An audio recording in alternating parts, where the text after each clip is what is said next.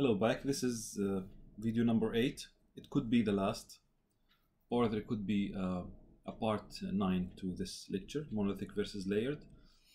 We finished talking about monolithic, introduction, then monolithic, then layered, then comparison of monolithic and layered. We touched up on preparation guidelines.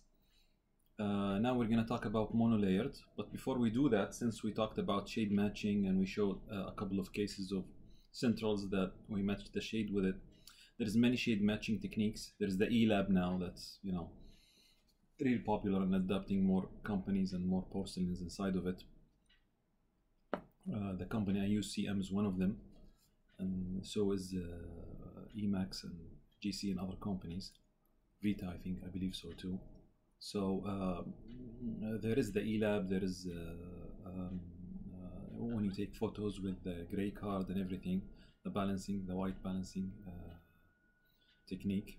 And then there is these are older techniques, but I find them beneficial and not costly at all and don't need anything. They're an app and you can just download them, all right, and they help you. One of them is Emax shade matching technique. This app simplifies shade selection through 5 basic steps. You have to dial in 5 information.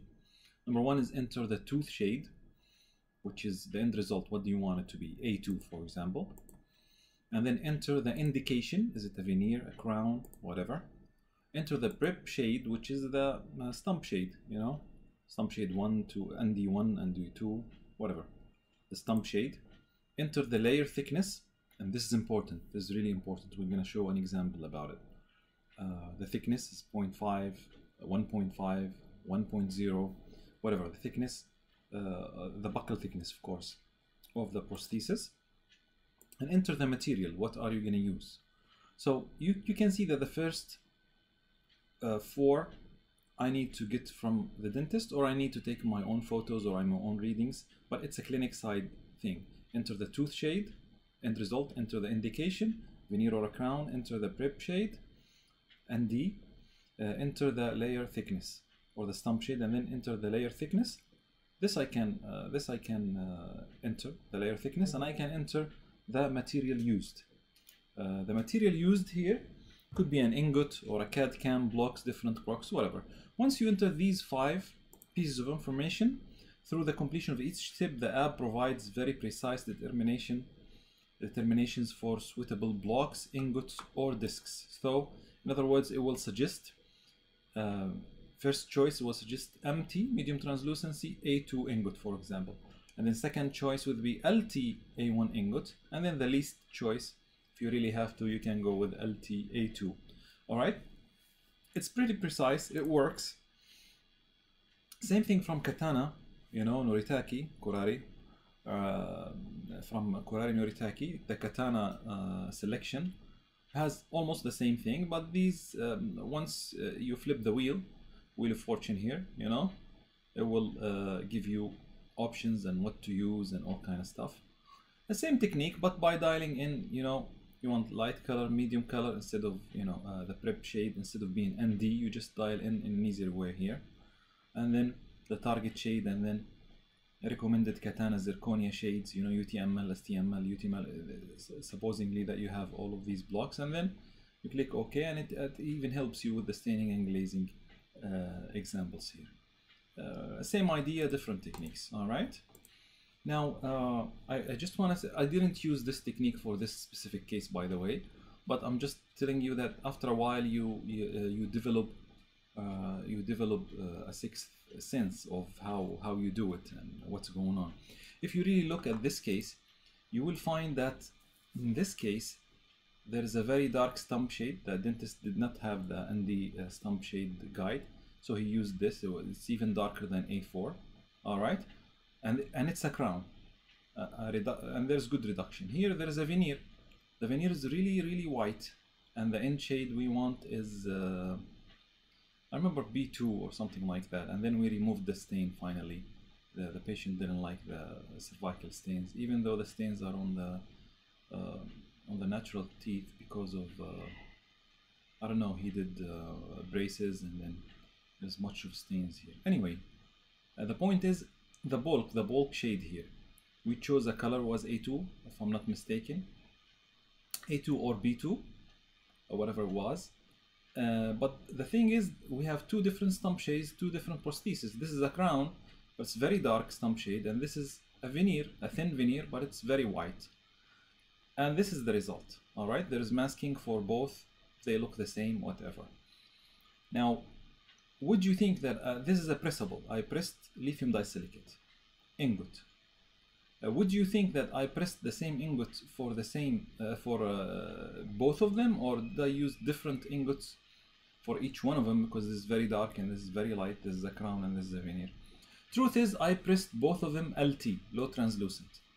And the reason there is enough masking here, you're wondering, oh my god, this is, you could mask this with low translucent. Yes, I can mask this with low translucent because I had very good clearance, a 1 millimeter or a 1.2 or a 0.9, I don't remember, but it was more than 0.7, which is good enough for you to mask that kind of stump shade, no problems. Same thing here, the veneer was thin, but it wasn't very thin. It was like maybe 0.5 reduction or 0.6 reduction. It was good enough to mask the underneath colors here, the underneath shades, by just pressing the same ingot for both veneer and crown, and the result was fine. This is after the patient had us remove this trial for removal of the stains. But anyway, there is complete masking of the underlying structures. Now that will lead us to talking about monolayered, which is, if you Google monolayered, you're not going to find anything. You find that monolayered is a layer of a skin, is the outer layer of a skin. They call it a monolayer or something. But I meant in dental, you won't find any monolayered. It's like a registered mark for me, you know. You're not going to find monolayered. But it's just an expression to say that it's not layered and it's not monolithic. It's both. Well, once it's not monolithic, then it's layered. But I'm saying I wanted to hint something that this is, yes, it is very partially layered and it is monolithic, but let me show you the technique, how it works, and why do I use it, and what influences me to do so, okay? So we're going to talk about monolayered. First of all, this is from Glidewell, 2013. Crowns breakdown in December 2013. They did this chart to see what breaks down, why, what's going on. And I find it very, very surprising, because you look at IPS Emax, they mean lithium disilicate. They're still using Emax for lithium disilicate. Lithium disilicates, the anterior breakage is 44%, while the posterior breakage is 14%. Isn't that surprising? Aren't we supposed to see more breakages in the load zone, in the occlusal posterior functional zone, than we see it in the anterior zone, in the aesthetic zone? So that's something, you know. Proxizor Solid Zirconia 3159. All right, clinical zirconia, whatever that is, 15%, 3%.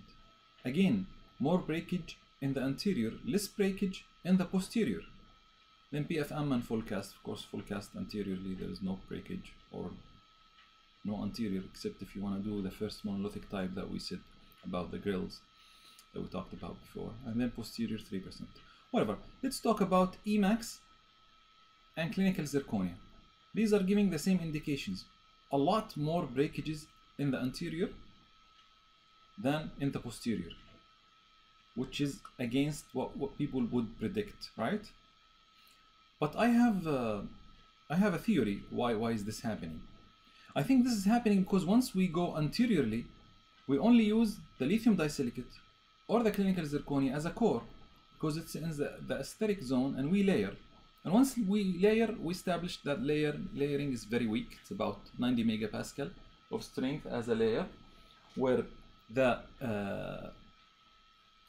full press, for example, lithium disilicate is 500 megapascal. You're talking about 5 times more strength.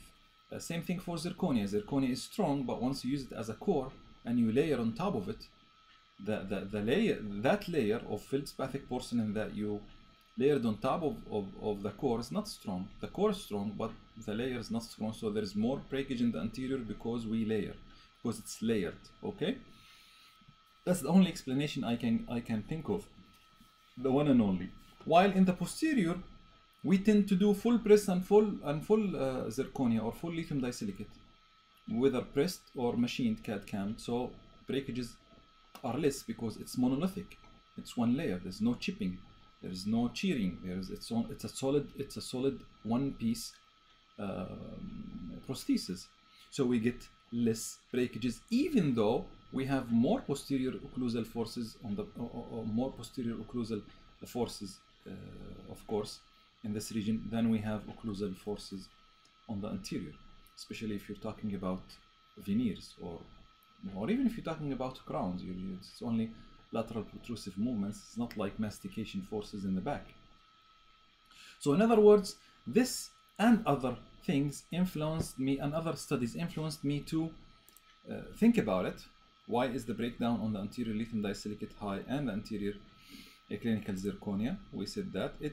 Is there a technique that we can use to reduce the breakdown without losing the aesthetics? Because if you only put full zirconia or only put full lithium disilicate, it's kinda, there's no characterization. Even if you use HT, high translucent, it's kinda, there's no characterization. If you want to obtain characterization, you go with staining, and staining is an outer layer, as you know, and doesn't give you the depth, the value of the layered. So what can you do?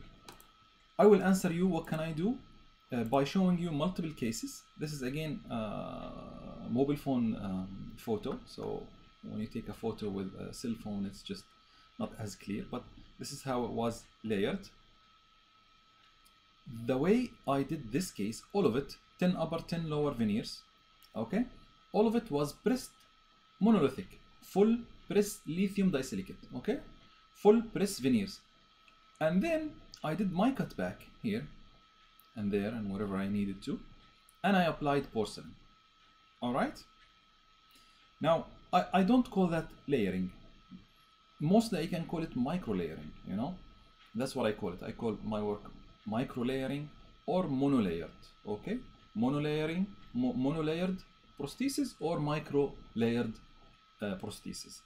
Now, let me show you more examples. Same thing here. This guy wanted the square shaped teeth. I don't like the square shaped teeth, but you would understand why in a little bit. This is a cantilever, lateral cantilever, a little bit of characterization. BL2, very white teeth. The reason he wanted, because he always had oval teeth and he wanted to change that fact by any means. He said, just give me squares. I hate these oval teeth and they are very, very long. So he ended up with this upper and lower. We did the upper first, and this was a cantilever bridge, and then, you know, monolayered, micro layered. All right, black and white, monolayered. Now let's look at different cases that's not very white. This B2, B3. I showed this case before, and I showed the pre-photography. You see this? You see the profile here. Broken centrals, they had to be long. We have to lengthen these centrals, substitute for the breakage. It's all veneers, 6 veneers. Not very much prepared buccally, especially the canines, but here I have enough clearance and wrap around mesial distal to distribute you know, the width evenly and make it like kind of mirror image as much as possible. Okay, that's the end result. You can see that there is translucency here. There is like grading of the shade. There is, you know, more yellowish cervical, less yellowish here. You can see that there is work that has been done, but and this is better. This is with a black contraster in the back, so you really can see that there is a bit of work that's done here. The question is this layered or monolithic? Like I said, this is monolayered or micro layered. First of all, let me show you the case in the patient mouth. All right, you see, no matter how long you make these teeth, you barely can see anything in the freeway zone. But anyway, with the smiling, you can see a bit more. Anyway, that's not my concern. My question is, how was it made? Was it monolithic or layered? This is how it was made. I'm sorry for all the scrap on here and there, but anyway. This is how it's made. This is my monolayer. This is my micro layering. A little bit here, a little bit there, whatever, color coded. I only put porcelain where I need to put porcelain. You know, after I get it fully pressed, the wax would look very nice, and then they press it and then they preserve the shape. But I do a little bit of a grinding and a little bit of help. Whenever I see that there is a missing line angle, or I want to enhance anything, I just do it with micro layering. And of course I did cut back here, but you can't see it because I should have taken a photo of the cutback. All right, and I micro layer, and I might sometimes I do it one time. Once I bake this, it's done. I glaze it, and sometimes I micro layer again. Okay, this was the second time, but I want you to imagine that the first time wasn't much more than this. Actually, maybe it was less. All right, so, or maybe this was the first time, but anyway, it's micro layering. It's nothing. It's like 95% of fully pressed lithium disilicate 500 megapascal of strength, plus a little bit of 90 megapascal of strength ceramics. Do you understand the idea? And to me, the end result is acceptable. I don't need more translucency than this, especially in B2, B3, especially that the patient doesn't have very translucent opposing teeth or adjacent teeth. And why would you go layering if you can go monolithic? And why would you go full layering if you can go mono layered, or if you can go micro layering? And that works on very, very limited spaces. I will show you right now very thin veneers that were micro layered as well. But the thing is, everything gets to me with waxed up really well, pressed really well, and then I micro layer. Same thing with zirconia. I get full milled zirconia, then I do a minimum of cutback, because until yet I don't use ultra translucent zirconia yet, or super translucent zirconia. I use HT plus, high translucent zirconia, in the range of 4 deuterium stabilized zirconia, if you guys remember, about the range of 750 megapascal, 800 megapascal. That's what I use. So it's a bit translucent, but it's strong at the same time. So I do my micro layering on the zirconia the same way I do it in lithium disilicates, but you have to be careful grinding the zirconia due to the micro cracks and all kind of stuff. You have to use aqua finishers for grinding. It's better that way to minimize the risk of micro cracks. And then I don't cut back a lot with zirconia. Usually zirconia I use it in the posterior zone, premolars and beyond. So anyway, you don't do much of cutback on zirconia. But lithium disilicates, you can chop it off, you know, but still I use aqua finisher, and water is always there. But I mean, get the shape that you want, and then even if you want to cut back here or there or there, or you see that you need enamel here, or you need deep dentine here, all right, or you need cervical with deep dentine here, or you need opals, all right, you need to layer with opals and there is no space for opals, cut it back and do your opals, no problems. But start with monolithic. That's how I do it, and that's how I justify to myself that, you know, I went from the strongest thing that I can give to the patient, to the doctor, and then we just put the weak porcelains where we need to adjust the cosmetics. That's it pretty much. All right, different photos. You know, lithium disilicates, they're much more translucent than zirconia, I still think, even though this is a low translucent B2 ingot. All right, now I showed this before, same thing. These are veneers, upper and lower, very thin veneers, 0.5, 0.7 some areas, 0.8, maybe 1 millimeter in certain areas. But I can assure you that in certain areas you can see the color of the stone here and there. It's very thin in certain areas, especially one of the canines. I forgot which one it was. I think it was this one. It's very thin. It's like 0.4. All right. So you can go thin, leave all of the, you know, because in the veneers you have mesial and distal wings, as to speak. Mesial and distal wraparounds, mesial and distal wings. These wings, you really want it in a full pressed lithium disilicate. You don't want to layer there. All right. The same thing. Why would you layer on a cervical that you cannot? In most of our work here, we don't put call it a neck or a buccal neck here. You know, this elevation here, and then you go towards the inside, the lingual, as you build up your. You don't do that. Most of the shape that's adapted here and people like is straight shape. So we don't have a neck. So why would you apply any porcelain here? You don't have space anyway. Cervical preparation is very minimum here. It's probably 0.4, okay, 0.5. So there isn't much to layer. If you need you can use a little bit of stains, especially actually on bleach. You rarely get to use any stains anyway.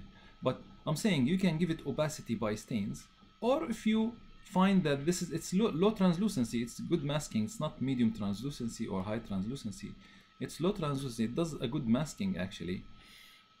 But if you need to, yes, you can grind down to 0.3, 0.2 if you're very careful, and you can apply whatever dentine or deep dentine or cervical mixed with dentine in this area. You can intensify the dentine in this area. You can do whatever you want, but I suggest that you start with monolithic. This is the case cemented. This is the case on the check model. This is only wax. I do a wax model, something I call it a wax model. Gingiva gets a little bit expensive, and then you can do wax model easy. You just wax the inside of the impression around the gum and pour it again, and you have your wax model. See 0.4, round 0.4. Look how thin. This is the case that you looked at here. This is the case, the same case. All right, look here. We're talking about some areas. It's nothing. It's very translucent. It's very thin. It's very thin. I know it doesn't show very well because my concentration was in the caliper, but whatever, it is thin. All right, 0.4 in certain areas. That's me holding that same case in my hand.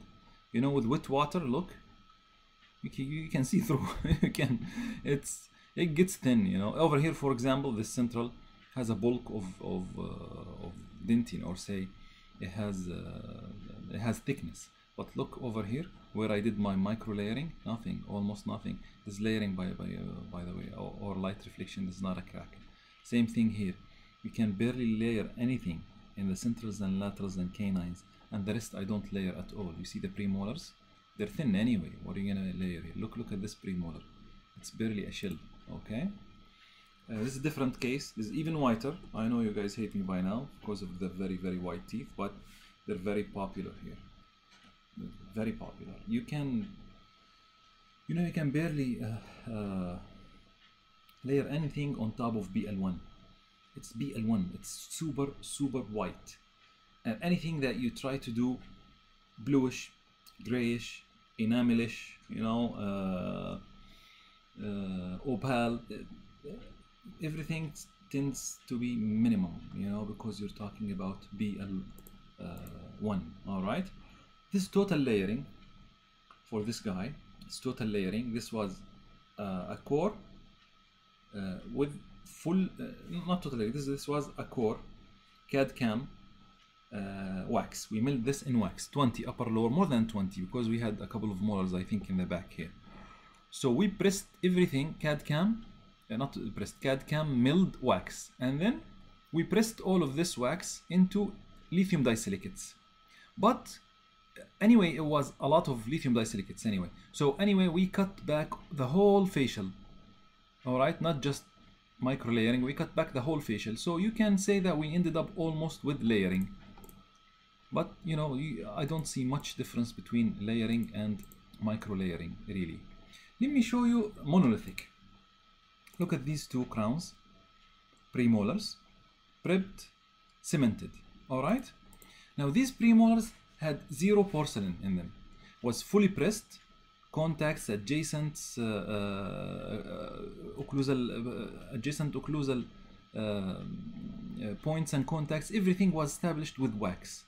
You press, you just finish, and then you glaze. All right.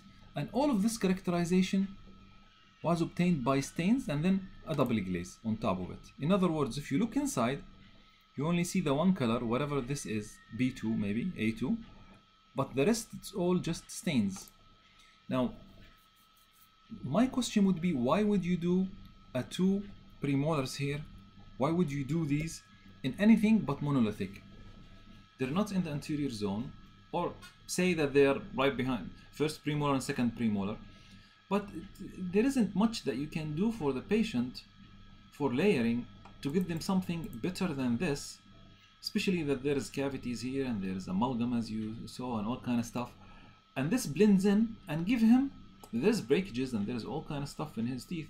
So why wouldn't we give him the strongest monolithic that we have and still matches the surrounding dentition? In this case, it was a lithium disilicate, fully pressed, low translucent ingot, and staining only. Was 0 porcelain. All right. Same case. I guess we showed it before. Yes, same case. All of this characterization just with stains. The same thing on the other side. He came. We did this after a while. All right. I wasn't very happy with the matching here, but the dentist cemented anyway. I was supposed to put a bit more whitish here and there. But anyway, even the illusion of translucency on a full pressed lithium disilicate, you can work on illusions of translucency a little bit. Okay. You can do that. Like monolithics are not that bad, in other words, especially if you do them in lithium disilicates. And some people even get very good with zirconia. This without staining. This dentist take things without staining. After, I don't like anything without staining or characterization anyway. Bleach 3, all right. Bleach 3 case, same thing. Bleach 3 a little bit more yellowish than bleach 2 and bleach 1. But still, you do the whole mouth in just veneers and maybe one crown was the molar or something like that. But yes, super white, no translucency, nothing. The super white guy, the BL0 guy, same thing, shills, veneers, 0.5 millimeters, all pressed, all monolithic, only glazing. Even the textures, most of the textures or some of the textures are obtained in wax, the rest are obtained by carving and then just, double glaze and cement. And it's pretty thin, but I can't show you how thin it is. I don't think I took a photo of how thin these veneers. This dentist does the overlap thing. She likes the overlap, but over here, you see, you can tell that it's a thin shield. Even the overlap is really thin. Okay. The same thing, BL1 or BL2, super white, a bit of texturing on the necks and everything, and that's all you can do. Same thing, different cases, I believe. Is it the same case? No, I don't think so. This has 2 premolars, this has 1 premolar here. So different cases, same technique. All right, just fully pressed and stained. On the white shades, there isn't much that you can do. In other words, it's a thin shell, thin buccal window technique preparation shell. All right, veneers or lumineers or whatever. Same thing on the lower. The same way you do the upper, you will have to do the lower. All right. These are lumineers, the very thin veneers that I talked about before. See how thin you can see the gypsum materials underneath. This was inserted in many areas 0.2. All right. The overall was 0.3, 0.4, but in certain areas where I needed to make the canine look smaller, I had to go aggressive. All right. So it was really thin. Okay, that's one of the guys with his temporary mock-up, and with his final. I don't think I took a final photos for this guy. I am not sure. A little bit of micro layering, not much at all. Just a little bit of micro layering with polarized eye, without polarized eye, with fully polarized eye, and flashes. Alright, just to show you the amount of a little bit of micro layering that I could have done on this case. This is after cementing the upper and not cementing the lower. That's why the lower doesn't look good.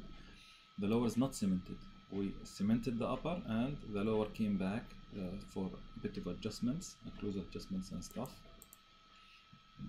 That's his profile, that's why the lower is messed up. Same case but different lighting. Just to show you the textures, there is a bit of textures, but there's almost no translucency in these cases. Again, you're talking about 0.5 millimeter of thickness in the centrals, around 0.5 millimeter in different cases. This is not the same case. Okay, this is a different case. For this case, I had labial reduction, more labial reduction. So texturing and micro layering here was easier, but the rest of the case is all fully pressed. All right,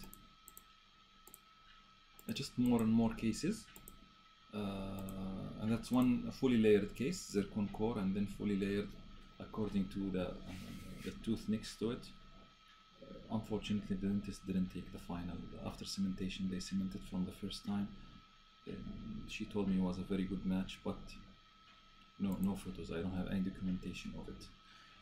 Let me stop here. We finished the mono-layered or the micro-layered technique that I said I will, my technique that I said I will, speak about the science behind it and why do I do it. And of course there's market generators too. I mean, the market here is thin, very white. You can just press and glaze and give them the shell they want, but even in other markets, I would encourage people to think monolithic and then monolayered or micro-layered and then finally layered. Because layered, yes, you're giving nicer aesthetics, but you are for sure, by numbers that I showed, you are for sure by numbers and statistics giving a much weaker prosthesis to the patient. So you have to think, if he's a younger patient, do they have strong occlusal forces? Do they have attrition, night grinding? Who doesn't, right? Freeway disease these days. So whatever, we all live in big cities, and you see some kind of wear on the teeth that's surprising, even on younger ages. But anyway, I wanted to give you the whole idea, broaden your horizons as much as possible, and mine, and see whatever works for you. Just don't be limited and know that you have options. That by itself is a big accomplishment, to know that you have options. You don't have to do the same thing the same way all the time. Just give me a core, I will layer. You can do give me a core, I will layer. And then the next case you can do it, just give me monolithic and I will stain it. And then just give me monolithic with buccal cutback. And then just give me monolithic and I will do a micro cutback and a micro layering. And then just give me a core and I have to layer the whole case. It has many characterization that needs to be established in layering. Fine, but know that you have options and you can pick and choose. And I want you really to think about the whole case as a whole. Think about strength, but never overlook aesthetics. Think about aesthetics, never overlook aging or low temperature degradation. Okay, choose lithium disilicates if you think that it's prettier, but think about the occlusal force. Why not using zirconia? Yes, use zirconia in certain places, but know that layering of the zirconia, and once you layer anything on top of zirconia, forget about itching right now. Without zirconia, you layer anything on top of zirconia, the bond between the ceramics and the zirconia is not as strong and as good as being monolithic. So think about the whole picture and discuss this. That's what I really want from this series and the other lectures that I go, is to elevate the communication level, is to get to a point where we can really, as dental technicians and dentists, communicate on a higher level to make, we have all of these choices in the lab, and the doctor is able to cement any of these choices. It's just a matter of talking to each other, discussing every case, and trying to give the patient the best ultimate prosthesis for his or her case. And I guess this is the highest ethical, moral level of practicing in dentistry and in everything in life. Thank you for listening. I'll come back to you just to touch up on communication gap and a couple of things in the next video. Thank you.